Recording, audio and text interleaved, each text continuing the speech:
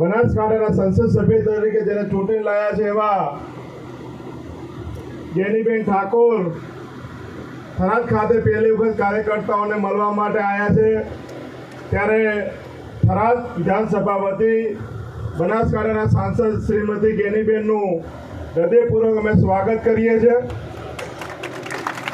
આ પ્રસંગે ઉપસ્થિત ચોટનના ધારાસભ્ય આદરણીય પદ્મારામજી,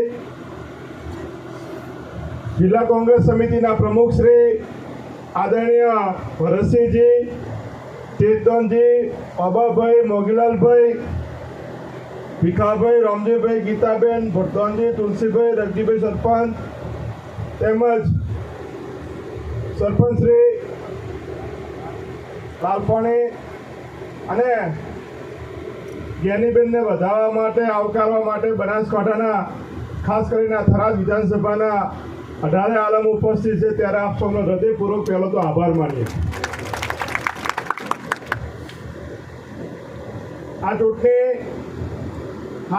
તો ગામમાં બેઠેલા કાર્યકર્તાઓ લડ્યા। સાચી ચૂંટણી તો ગામમાં નાની સમાજના લોકો બૂથો ઉપર લડ્યા હતા અને દરેક સમાજનો જેટલો પણ આભાર માનીએ એટલો ઓછો છે। વર્ષોથી આમ તો ગઈ ચૂંટણીમાં લોકસભાની ચૂંટણી હતી, આ થરાદ વિધાનસભાએ ભાજપને 80,000ની લીડ આપી હતી ના બીજી લોકસભાની ચૂંટણી આવી એ 80,000ની લીડ 14,000 કરનારા લોકો અહીંયા આપ સૌ બેઠા છો એટલે આપણે સૌને અભિનંદન પાઠવું છું। આપણી પાસે પૈસા નહોતા, આપણી પાસે તંત્ર નહોતું, આપણી પાસે હતો તમારા સૌનો પ્રેમ ને આશીર્વાદ હતો, ત્યારે આ ચૂંટણીમાં આપણે અહીંયા સુધી પહોંચ્યા। હું સમગ્ર બનાસકાંઠાના દલિત સમાજને અભિનંદન આપું છું કે જ્યારે જરૂર પડી, જેવી પરિસ્થિતિમાં જરૂર પડી, પોતપોતાના ગામની અંદર બૂથોમાં એજન્ટ તરીકે બેઠાને લડ્યા છો। આ એનું જ પરિણામ છે કે થરાદની અંદર 80,000થી 14,000માં લાવી દીધા। આ વિધાનસભાના કે સમગ્ર બનાસકાંઠાના મુસ્લિમ સમાજનો આભાર, જેને 90% વોટ કર્યું, દલિત સમાજે 90% વોટ કર્યું, ક્ષત્રિય સમાજે, જાગીરદાર સમાજે 90% વોટ કર્યું, ઇતર સમાજે 90% વોટ કર્યું, પણ જે વોટ કર્યું એ ગેનીબેન તરફી કર્યું, એના માટે અભિનંદન પાઠવું। સબારી સમાજ હોય કે કોઈ પણ આ વિસ્તારની નાનામાં નાની સમાજ જેને ગેનીબેનને પોતાના સમાજના ગણ્યા અને વોટે આપ્યા, નોટે આપ્યા અને આજે બનાસકાંઠાના સંસદ સભ્ય તરીકે બેઠા। ચૂંટણી છે, મને યાદ છે આ રાજકોટની અંદર આપણા દલિત સમાજનો એજન્ટ બેઠો અને ખોટા વોટ કરાવવા માટે જાય, હો એના ટોળા માથે ઉપર જતા હોય મારવા માટે કરીને, કોઈ ત્યાં અડીખામ ઉભો ને નહીં, વોટ ખોટા નહીં કરવા તો એના માટે એમને અભિનંદન પાઠવું।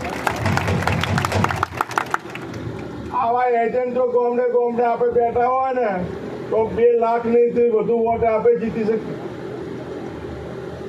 માજનપુરા દરેક ગામ છે, આ તો એક ગામમાં તો ત્યારે બધા ગયા હતા ને કદાચ બચાવવા ગયા હોત, અમે જ્યારે બચાવવા અમે જોગાભાઈ ગયા, કદાચ ધાર્યું હોત એ લોકોએ પ્રયત્ન કર્યો, સીધો ઝઘડો કોંગ્રેસ ભાજપનો હોય અને પછી ઝઘડો બતાવવા જાય તો કે આ તો દલિત સમાજને રાજપૂત સમાજનો ઝઘડો।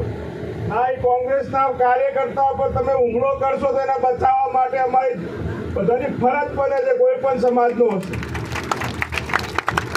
એમને શું લેવાથી ગેનીબેન માટે બૂથ પર બેઠા હતા।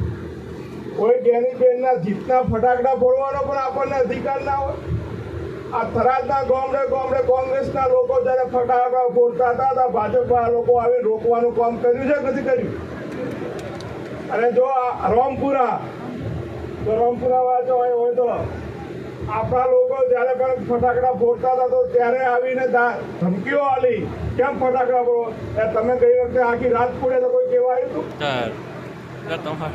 અને હવે આ બાબત પર સીધો થરાદમાં બન્યું, રામપુરામાં બન્યું, એવા થરાદની અંદર 3 જગ્યાએ આ પ્રશ્ન બન્યા।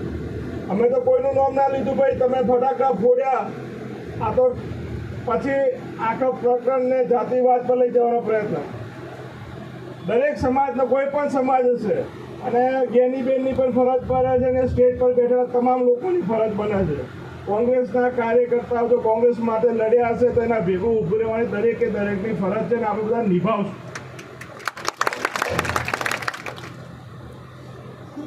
આપણે પણ અભિનંદન આપું છું. કોઈ આખી ચૂંટણીમાં આપણે એક પણ ગાડી નથી પહોંચી, સિંગલ ગાડી નથી પહોંચી, નથી કોઈ 1 રૂપિયાની ડીઝલની પડતી આવી અને તમે બધા વોટ રાખ્યો. નકા એના તો હમણાં જ્ઞાનીબેન વાત કરશે. દરેક બૂથ પર કોંગ્રેસનું બૂથ હોય એમાં પૂરું વોટિંગ ના થાય એમાં વાત કર્યા કરવા માટે 20,000 રૂપિયા લઈને લોકોને રાખ્યા હતા. આપણે બહારથી મતદારો નથી લાવી કીધા, તેમ છતાં 91,000 વોટ જ્ઞાનીબેનના વિધાનસભામાંથી આપણે સૌએ આપ્યા. બધી મર્યાદામાં હતું, ખર્ચા મર્યાદામાં હતા, તેમ છતાં તમે બધા મથ્યા. અહીંયા વોટિંગ કર્યું 90% તો આપણે કમસે કમ 80% તો આપણે બધાએ કર્યું છે. એટલે આભાર. ઇતર સમાજમાં ઘણા ગામડા અંદર વિધાનસભામાં વોટે આજાવાડાના બધા બેઠા. વિધાનસભા કરતાં બેન વધુ વોટિંગ કર્યું અને વિધાનસભા કરતાં વધુ વોટ કાઢી આલ્યા બધા. એટલે તમામે તમામ છે કાવીથી લઈને પાવડાહન સુધીના તમામે સમાજનો આભાર, તમામે ગામનો આભાર. અને આ જીત 2027ની વિધાનસભામાં કોંગ્રેસ પાર્ટીની સરકાર બનાવવા માટે જવા માટેનું કોમ બનાસકાંઠાએ કર્યું. સંસદ સભ્ય તરીકે આમ તો બેન ચૂંટણીમાં કદાચ મલાયું ના મરાયું, પણ અમુક સમયે સમાજ વાઇઝ 100-200 આગેવાનોની તમે મીટિંગ થાય તમારી હોય અને સાચા કાર્યકર્તાઓને તમે સીધા સંપર્કમાં તમે રહી શકો, તમારા સંપર્કમાં એવી રીતે રહી શકે એનું પણ આયોજન કરવાની જરૂર છે. હું વિનંતી પણ કરું, કોને મહેનત કરી, કોણ તમારા માટે ત્યાં લડ્યું એ તમને પણ ખ્યાલ હોવો જોઈએ ને આ લોકોને પણ ડાયરેક્ટ તમારો પરિચય તમને મળવા આવે એમને પણ ના થાય કે આ સામેવાળા ઓળખે છે કે નથી ઓળખતા, એવો પરિચય થાય. એના માટે પણ આપણે હમણાં તો શરૂઆત છે એટલે તાલુકાના બધા મુલાકાત થઈ જાય. એના પછી દરેક સમાજ વાઇઝ પણ 100 જણા, આ સમાજના 100, આ એવી રીતે અલગ અલગ જો મુલાકાતો થાય તો એકબીજાના ખૂબ પરિચયમાં આવો ડાયરેક્ટ વાત થઈ શકે. તમારે કોઈ નાનું મોટું કામ હોય તો અમારા કોઈની જરૂર ના પડે, તમે સીધા જ્ઞાનીબેન જોડે કામ કરાવી શકો, એવા બધાના સંબંધ બને એના માટેના પણ પ્રયત્ન કરો.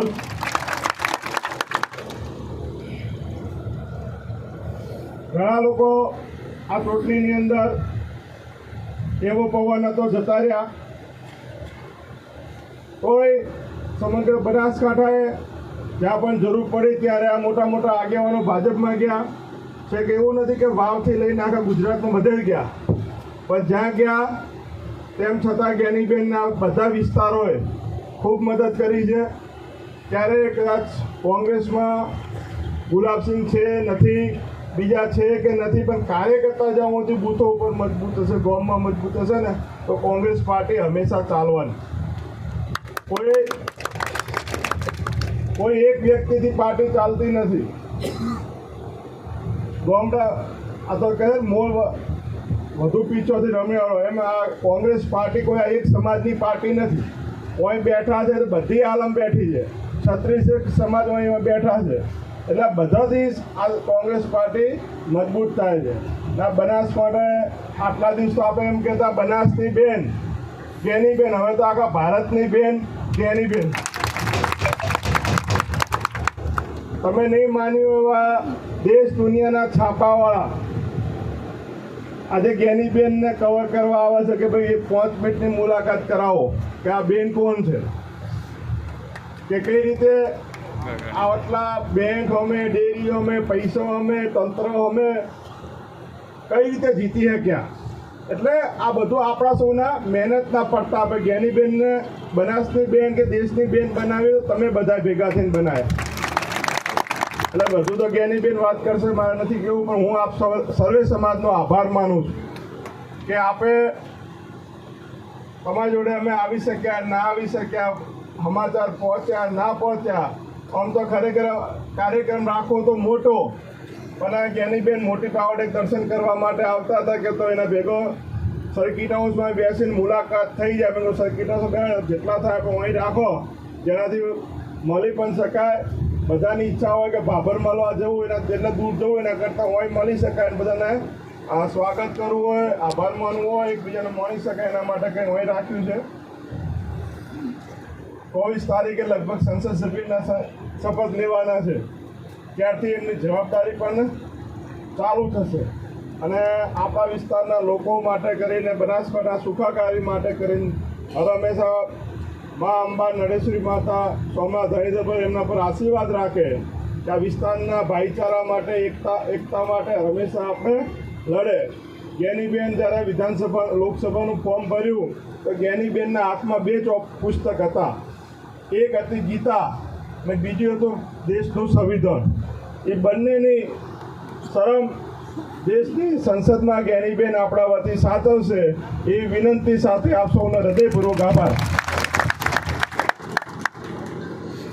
હમણાં જ્ઞાનીબેનનું ભાષણ પૂરું થયા પછી આપણને બધાને પેલું લીલીઓ બોધી અને બેડામાં માતર લઈને આવ્યા છે ખવડાવવા માટે. એટલે આપણે બધા માતર ખાવાની છે. પછી બેનને તમારે કોઈને શુભેચ્છા મુલાકાત